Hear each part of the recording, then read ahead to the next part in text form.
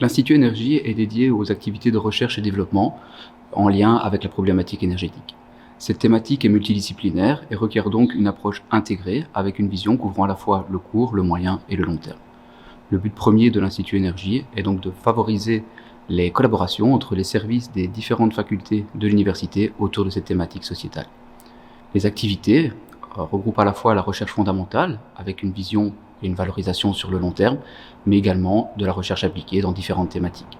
Les biocombustibles à combustion, la capture du CO2, la séquestration et sa réutilisation, les technologies photovoltaïques, l'énergie éolienne, les réseaux électriques intelligents, les communautés énergétiques, le stockage de l'énergie, mais également la géothermie.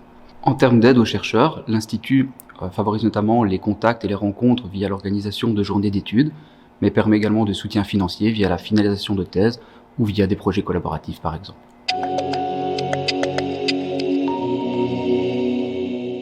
En tant que chercheur affilié à l'Institut Énergie, j'ai pu bénéficier de ces échanges d'idées et d'informations lors des différents événements qui étaient organisés, et j'ai également pu profiter de quelques mois de financement pour ma thèse à travers un projet multidisciplinaire. Alors pour mieux comprendre cette collaboration, je dois vous expliquer en quelques mots ma thèse. L'objet principal de celle-ci vise à développer de nouveaux scénarios de gestion d'énergie au sein de communautés d'énergie renouvelable.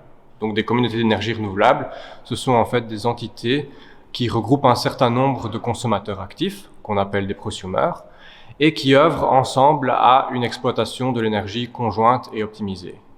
Ils visent également à investir de manière coordonnée dans des ressources d'énergie, comme par exemple de la production individuelle, des panneaux photovoltaïques, ou encore du stockage qui a tendance à se démocratiser. Ma contribution principale, c'est de mutualiser les ressources qui sont annexées dans la communauté, comme par exemple une production individuelle qui serait annexée via les panneaux photovoltaïques, ou encore de la place dans une batterie individuelle. Je regarde également à la comptabilisation des coûts dans la communauté et cherche à les distribuer de manière juste entre les différents acteurs, afin de susciter l'adhésion maximale à cette communauté. Afin de modéliser les prosumers et la communauté, il est intéressant de pouvoir évaluer et caractériser la flexibilité qui est mise à disposition. Donc typiquement, la flexibilité, on va la trouver en activant le stockage, en chargeant ou déchargeant, ou encore via la flexibilité horaire qui est consentie pour certains appareils électriques. Alors un important contributeur de flexibilité, c'est une pompe à chaleur.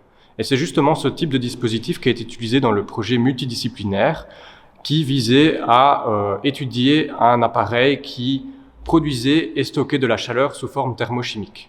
Donc on voit là que c'est un projet multidisciplinaire qui fait appel aussi bien à des considérations électriques que thermodynamiques, et l'intérêt de l'Institut Énergie est essentiel. Au travers de cette collaboration, on comprend que l'Institut travaille à la fois sur le développement expérimental, mais également sur la simulation à différents niveaux, au niveau phénoménologique, au niveau de prototypes, mais également au niveau de systèmes énergétiques, avec comme objectif sociétal de participer à la mise en place du système énergétique du futur.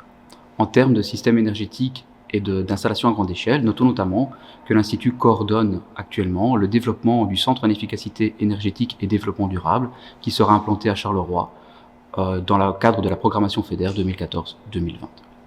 Notons encore l'apport de services de l'Institut, que ce soit des projets locaux, comme par exemple le développement du potentiel géothermique dans la région montoise, mais également à des projets européens d'envergure, notamment dans le cadre de la capture et réutilisation du CO2, projets émanant de collaborations internationales entre des équipes de recherche et des partenaires industriels.